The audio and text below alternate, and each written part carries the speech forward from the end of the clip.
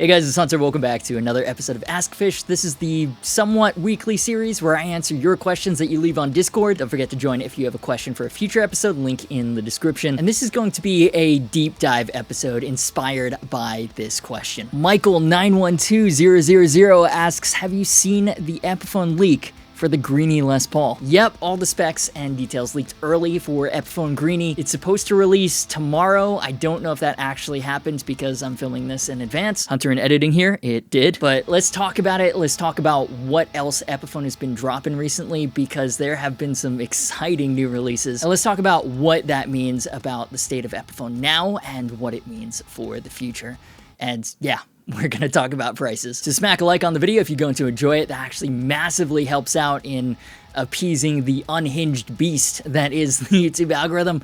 And let's get into it. Okay, so let's talk about the highest profile Epiphone release of the year, Kirk Hammett's signature Epiphone Greeny Les Paul Standard. Now, a super quick history lesson for anyone who somehow doesn't know the significance of this guitar because Gibson has been pushing it hard for the past year at least, but let's give some context as to why this is a big deal, why there's so much hype around this. Greeny is a 1959 Les Paul Standard that got its nickname from its original owner, Peter Green of Fleetwood Mac. He then sold it to another renowned guitar player, Gary Moore, and the current owner is Kirk Hammett, of course, of Metallica. And he not only owns it, he actually plays it on tour around the world, which is incredible. So not only is Greeny a part of that fabled 59 Standard Club, you know, Jimmy Page played a 59, Clapton played a 59, Dwayne Allman, Keith Richards both played 59s, Slash loves his 59s, but this particular 59 has had an exceptional life with 3 legendary players, including one incident where the neck humbucker had to be repaired, and when it was put back together, the magnet itself was flipped. So not only is it reverse mounted, it's also got reversed polarity. It's had reissues before, but once Kirk Hammett became a Gibson brand ambassador, they've been going all out. There's the $50,000 Murphy Lab replica that included, among other things, a date with Kirk Hammett. You can now get a $20,000 version, sans date. Gibson USA dropped a $3,200 production version, and now for the first time ever, there's an Epiphone version of Greeny. So this has been long awaited, not just by Kirk Hammett Metallica fans, but by fans of Gary Moore, of Peter Green. What I'm saying is you have to realize there's a huge, diverse audience for these. Same general specs as the 1959 Les Paul Standard, which makes sense. The difference is, obviously, the color, still got the Laurel fingerboard, although it does have proper mother-of-pearl inlays, unusual for an Epiphone, so that's cool. But Greeny also has a one-piece mahogany neck, and look at that. That is a Gibson-style open book headstock. Epiphone did it. They did the thing all the Gibson purists have been begging them to do. This is the first time that I'm aware of that they've used this headstock on a non-Japanese made Epiphone. I think I'm like one of the only people in the world that loves the older Epiphone headstock, probably because I played a 2006 Epiphone as my main guitar for so long. I don't really like the Kalamazoo headstock at all. So while I personally was never one of those people that are like, I'll never buy an Epiphone until they use the proper Gibson headstock, I do like it better than the regular headstock that they use now. And I do understand where the purists are coming from. It's another example of the artificial product differentiation that Gibson is a big fan of. Now, part of Greeny's lore is all the heavy use it went through with 3 fabled players, and the Gibson USA version didn't have any of the aging. It had a satin nitro finish instead. This has Epiphone's aged gloss, which is really more of a matte finish. Neither really have the same vibe as a proper aged finish, so while they are cool guitars, I'd consider both of the regular production versions, the Gibson USA and the Epiphone, as inspired by takes on Greeny. So, the Epiphone in the room. No, the elephant in the room. What the fuck, that was terrible. We moved. But the price. So I was thinking, okay, the 1959 Les Paul Standard, that's another Epiphone Gibson Custom Shop collaboration. Comes with a hard case. It's got the upgraded electronics, Gibson USA burst buckers, which are the same standalone price as the Greeny buckers. It's gone up in price recently to $9.99, so I'm thinking, I don't know, $300 Kirk tax, $12.99, same as the V and the Adam Jones custom. Nope. $14.99. Wow. Now, I love Kirk Hammett, I love Metallica, I love Les Pauls, and I love Epiphone, but a 50% increase over, like, kind of the base model is, I hesitate to call it borderline egregious because it does have the Gibson open book headstock, the mother-of-pearl inlays, the one-piece neck, so production-wise, you do have to make all new necks just for this guitar. that's inefficient. But as a guitar, is it really that different? Is it a 50% better guitar than the 1959 or Bonamassa Lazarus? Unlikely. But because of that open book headstock, because it is relatively affordable compared to the other current Greeny offerings, right? It's not a $20,000 custom shop. And because it seems like actually a really cool guitar, you know they're gonna sell. According to Gibson's new VP of Product, Matt Kohler, though, this will not be the last time Epiphone will use the proper headstock. They will be using it for future Epiphone Gibson custom shop collaborations. So if that's a big selling point for you, maybe hold off until you see what else Epiphone has coming later down the line early next year. Now, while Greeny is not actually green, which is very confusing if you're not familiar with the origin of the name, the new Hyperlime collection from today's sponsor definitely is. Let's take a quick second to talk about Ridge, who have sponsored today's video. Ridge is redefining the wallet in a way that makes sense for modern life. If you're a regular viewer, you've heard me talk about Ridge a lot on the channel. Absolutely love their products, and they're running a huge holiday promotion. They're not just a sponsor, this is the one that I actually use. I made the switch a couple of years ago, and I cannot imagine going back to the old bulky traditional style. I love the sleek modern form factor that can hold all your cards and fit into your front pocket. The durable plates made of aluminum, titanium, and carbon fiber are RFID blocking, so scammers can't steal your information, and each wallet comes with a lifetime guarantee. Ridge has a ton of colors and styles to choose from. I've been showing some of my current favorites. They make for amazing holiday gifts, especially if you're struggling with what to get for those hard to shop for friends. They have over 80,000 5-star reviews, so if you want to see why so many people are upgrading to Ridge and love it, head on over to ridge.com/agafish. They're running a huge sale for a limited time, get up to 30% off. My link will also be in the description. If you use it, you can enter your email or number for a free chance to win a Ridge bundle worth $4,000. No purchase necessary. Clicking also helps support the channel by letting them know that I sent you. While you're checking that out, let's get back into guitars. Let's move on though to Kirk's other signature that, as of time of filming, is actually officially out, his 1979 Flying V, based on the Gibson that he used all over Kill 'Em All through to the Black Album, or as the grumpy Metallica fans would call it, the good ones. Minus the Black Album, of course, because apparently accessibility in metal means it's shit. So the Epiphone comes in ebony like the original and in purple metallic. Missed opportunity to call it purple Metallica, but we moved, and I mean, I love it. It feels like I've been talking about this one for like 2 years, ever since he was pictured using a Gibson prototype of the Purple V on tour, and I'm pleasantly surprised the Epiphone dropped before the inevitable Gibson USA version. On Epiphone's website, they say it's a, quote, meticulous recreation of Kirk's prized original. I mean, kind of. Let's talk about the specs. This has a mahogany body, one-piece mahogany neck with a volute, since it's based on a Norlin-era guitar. Love that. Norlins are so underrated, man. That is a hill I am happy to die on. It's also got Grover tuners, which is fine. They're solid. I like Grover's. Kirk's put Schallers on his though, and the original looks to have come with Clousons, which was pretty standard at the time. So you see what I mean? Meticulous recreation, that might be a bit of a stretch. That's what the $15,000 Murphy Lab version is. The Epiphone is more like inspired by, but close enough that if you're not a super guitar nerd, you'd probably never notice. Gibson USA calibrated T-type pickups, again inspired by the T-tops that originally came in the late 70s Vs. 70s Gibson pickups are great. They're super hot, super ballsy, super mean sounding. Burst buckers, they are not. And of course, you have the distinctive period correct triangle control layout. Not sure if the eventual Gibson USA version will be different, but I was definitely expecting the color to be more of like what we see on his ESP guitars, like a nice deep purple sparkle.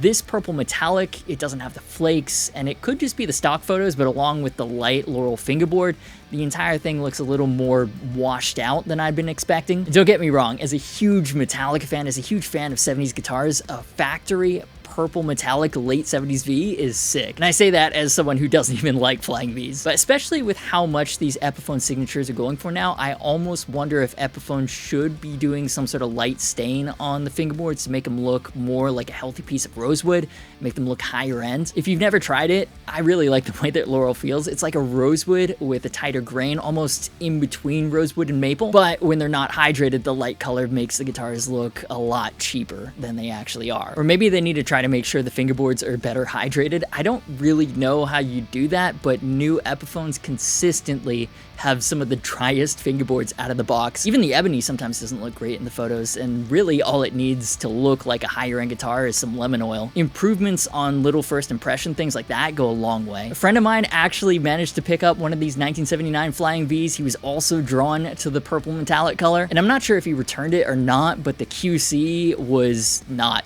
good. It didn't play very well, it didn't hold up under close scrutiny, and if the guitar was 700, 800 bucks, sure. But over there, I think he said he paid around 1,500 euros for it, and at that price range, expectations are just different. The problem Epiphone is having right now is while some of the guitars coming off the line are genuinely fantastic and worth the price tag, a lot of them are not. From what I've played recently, from what friends have bought, from messages you guys have sent me, there are a lot of Epiphones coming off the line that have poor fretwork, that have badly cut plastics, misaligned tuners, things that might be forgivable at the sub $1,000 price range in this current market, but at $1,300 to $1,500, as prices go up, expectations change, and Epiphone's consistency just doesn't seem to have followed. Now, relative to other import brands that use a lot of technology in the build process, Epiphone apparently has their workers use less machinery and do things more by hand in the traditional handcrafted way, and that's great, but the inconsistency, finding a good one, should not be a big part of the customer experience. Like, let's not be blind to the fact that the prices of Schecter and LTD, for example, have shot up too. The $1,800 Bill Kelleher BK600, that's a painful price tag, but I'm more willing to accept that because LTD has a very good track record for consistent quality. Now, all that being said, Kirk's actually been playing both his Epiphone signatures on tour, and yeah, he's got a professional tech working on him, but Epiphone's being played on stage with fucking Metallica, that's a massive endorsement for Epiphone. Moving on to someone who doesn't play his signature Epiphones on tour, as far as I'm aware, Adam Jones, which is a huge shame because his Epiphone signatures are actually pretty sick. They've just dropped the 6th of 7 in his Les Paul custom art collection. This one is Ernst Fuchs ANTI-LAOKOON. I tried my best. 1965, easily one of the more metal pieces in the collection. Like the others, there are only 800 pieces worldwide, and the scalping has calmed down immensely. The first ones were being picked up basically immediately, thrown up on Reverb for double the price, but now dealers have plenty of stock for any Tool fans or fans of Silverburst New Orleans style customs, so just one more to go before the non-custom art version. A year ago, I dropped a video revealing my best guesses on all the custom art series beforehand, and I was mostly right about all of them. I only got Sensation wrong so far. Frank Frazetta's Sound is almost definitely the last one. When these dropped, $12.99 seemed pretty dang high for an Epiphone, even if it did have the proper aged Silverburst teardrop, Seymour Duncan distortion, the 70s volute, 70s chainsaw case even, but I guess in hindsight, compared to the Kirk Hammett models, not bad. Also on the Adam Jones front, Cesar G has been teasing that awful reverse headstock, inverse Silverburst Flying V thing. Hunter in editing here again. In the time it took me to edit this video, the custom shop also drops this one with a $20,000 price tag. A little out of my price range. Back to the Epiphones. Literally one of the ugliest guitars I've ever seen, but I also kind of want it, you know what I mean? Like, if you're gonna go wacky, go full wacky, right? I hope they do an Epiphone version, that would be wild. And the last signature we should talk about is Jared James Nichols' new Blues Power Les Paul Custom. Honestly, as much as I love Metallica, as much as I love Silverburst, this is my favorite out of all of them. Same platform as his first signature Old Glory, based on a Les Paul Custom that had been modded to be more Les Paul Jr.-esque, with the wraparound bridge and single P90. They did it in matte black, then in gold metallic. This time, it's in Pelham Blue metallic, and it is glorious. It's not just the top, it's the sides, it's the back, it's the chunky 50s neck, and with the Les Paul Custom aesthetic, bound headstock, double bound body, so awesome. And I'm glad Blues Power is on the truss rod cover now instead of screwed into the body. The big change though is that this latest iteration comes with this new Seymour Duncan pickup, part of the new P90 silencer line, which claims to retain the tone of a classic P90 minus the 60 cycle hum. That's awesome because P90s have a certain tone, a certain rawness to them that's awesome, but they are notoriously noisy. And companies have been trying to eliminate that 60 cycle hum without changing the tone for years. I'm not exactly sure what makes this different from previous attempts to do that though. Like, a stacked P90 begins to sound a little humbuckery, which sounds like a British euphemism for something naughty, we move. But if they've accomplished what they say they've accomplished, that makes this a solid upgrade over a regular P90. And Jared says he prefers this control and electronic setup because it is so simple. There's a lot of room for you to add your own color, your own flavor with your fingers, get really creative and nuanced with the limited number of controls. I'm paraphrasing, but the sentiment is along those lines. Grover tuners, Graphtec nut, Epiphone softshell case, $999, so it is $250 more expensive than the previous Gold Glory, which still has a couple of units left in stock at Sweetwater at time of filming. But you are getting that new signature pickup, and as cool as the Gold is, the Pelham Blue Metallic is even cooler. If you're not familiar with Jared James Nichols, by the way, check him out. He's a beast. He's like an old school hard rock blues guy, doesn't play with a pick, and such a pleasant dude to hang out with. Stoked he's now got a third signature with Epiphone, a signature Seymour Duncan pickup too. Well deserved. And part of what makes the signatures great is that they're awesome, unique, straight up simple workhorse instruments. You walk into a store, you see a full Pelham Blue Metallic Les Paul Custom with a single P90.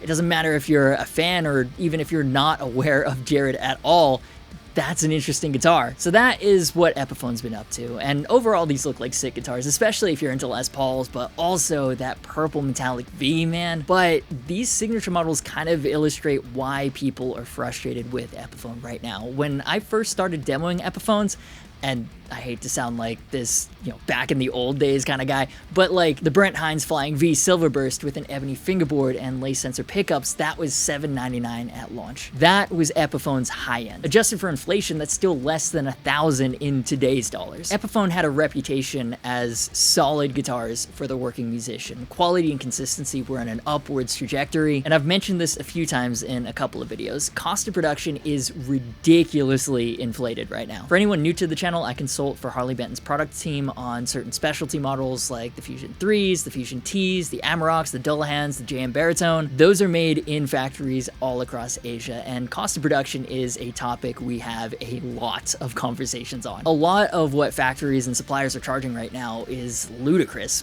borderline extortionate. I'm not making excuses for the brands because some of the price inflation has been a little on the greedy side, in my opinion. Not just in guitars, like don't even get me started on the fucking diaper companies, but we move again. I'm just providing a little more context to the situation because as guitar buyers, most of the time all we see is that final number that seems to just keep going up and up and up. A couple of years ago, the concept of an $1,000 Epiphone seemed absolutely insane. When the Hafey Origins launched at $1099, the guitar world collectively went, ugh, that makes sense though with the inflation and specs like Grover locking tuners and Fishman Fluences, but now we're looking at $1,400 Bonamassa SGs with Pro Buckers. Like, what happened? All that being said, the signature models are the ones getting the press right now, but it's important to remember that the regular non-signature production Epiphones, they still exist. The regular Les Paul standard 50s and 60s are pretty competitive as tools for the working musician in this current market. $699, that's less than the pure SSE McCarty 594 standard. So looking at that price comparison, I'm not the only one that's a little suspicious that Epiphone might be trying to push the exclusivity and collectability factors a little hard with the signature models, applying the Gibson playbook to the budget brand just because they can. Sometimes when I watch my Epiphone or Gibson videos back, I realize I come across as a little bit negative. I swear to you, it's all out of love. A big part of my job is to keep an eye on what all the companies are doing, and I have a huge soft spot for Epiphone in particular.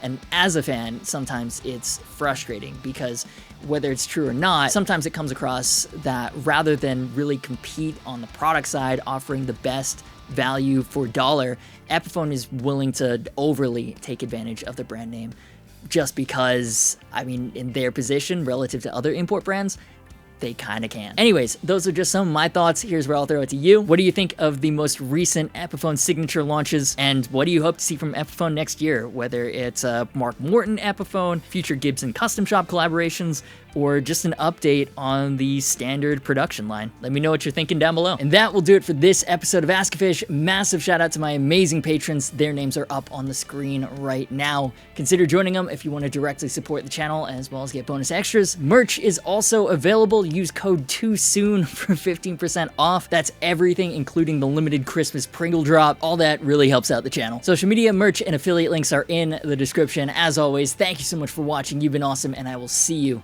for the next video.